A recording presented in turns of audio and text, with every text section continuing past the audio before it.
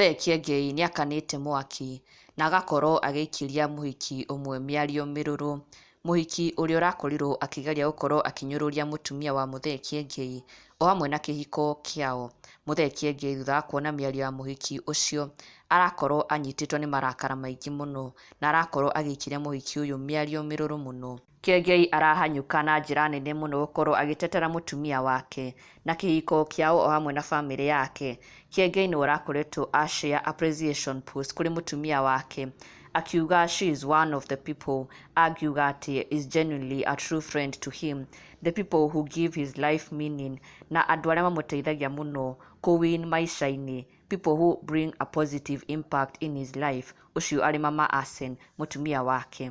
Na Kiengei, this is what he had shared, akiuga one day God will bring you true friends, people who will make your life easy, true people who will help you win. Na niho aracokire gũkorwo akĩrekereria mbica nyingĩ mũno cia Mama Asen as an appreciation post to her. Na thutha ũcio nĩguo Muthee Kiengei arakorirwo akĩng'ethanĩra na mũrũmĩrĩri ũmwe wake ũrĩa arakorirwo akĩrekereria mĩario ĩgiĩ Mama Asen, akiuga atĩ ũrĩa akorirwo akĩhika mũndũ mũnini mũno ataenjoyete maica, atĩ na Kiengei nĩ wakorirwo akĩmũhijack na kũmũhikia when she was still very young, na koguo atĩ she didn't get a chance to enjoy life in her youth.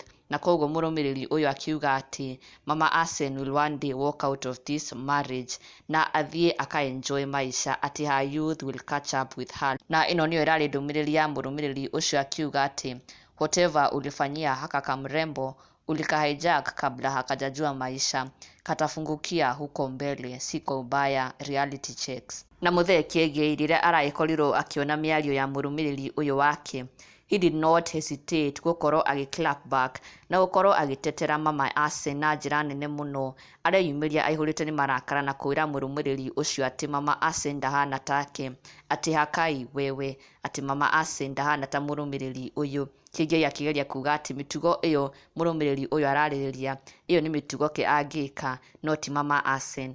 Na hena mũrũmĩrĩri ũngĩ onake ũrageria gũkorwo akĩra Muthee Kiengei atĩ akorwo agĩpost mbica ya ex wake.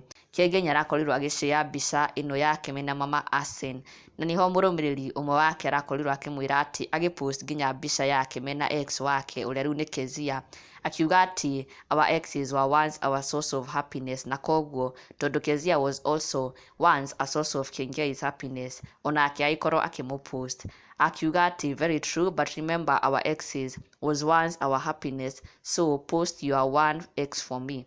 Na Muthee Kiengei clapped back to na kumwĩra wacha ujinga. Kiengei akĩmwĩra atĩ atige ũrimũ, na Kiengei ũguo nĩguo aragĩkorirwo agĩtetera mũtumia wake na kĩhiko kĩao na akĩng'ethanĩra na arũmĩrĩri arĩa ake marakorirwo makĩgeria gũkorwo makĩmũnyũrũria na gũkĩrĩra kĩhiko gĩake na Mama Asen. Na ndũgakĩriganĩrwo gũsubscribe for the latest and trending Kikuyu celebrity news. Never miss an update. Subscribe now.